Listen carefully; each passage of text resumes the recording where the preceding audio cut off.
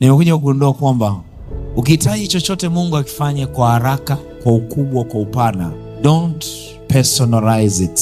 Usikichukue kikawa chako, kifanye kiwe chake. Once ukiki-own, kwa mfano ukisema hii biashara yangu ni yangu, naifanya kwa akili yangu, lakini nikimruhusu Mungu atawale kwenye biashara yangu, yeye ndio afanye. Nimekuja kujua Mungu anafanya zaidi ya tunavyofikiria.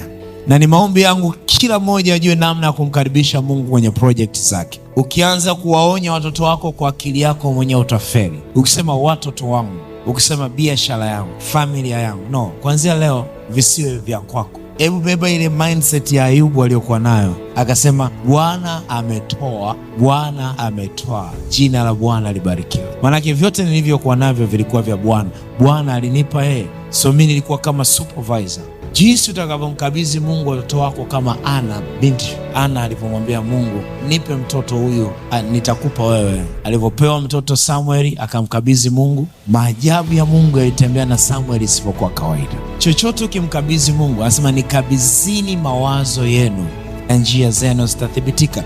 Wewe unaweza ukafikiri ni wazo tu, no, anasema nikabidhini mawazo yenu. Manake kabla hujafanya chochote kilikuwa wazo. Biashara ni wazo lako, familia yako ni wazo lako ulikuwa nalo. So hilo wazo lako lilonalo wewe ni matokeo ya wazo lako. Hilo wazo lilonalo ifikiri level kwamba Mungu ndo akabidhiwe, alafu ukawa msimamizi wa vitu. Unaonaje Mungu akakulelea watoto wako kuanzia leo? Unaonaje Mungu akakujengea familia yeye?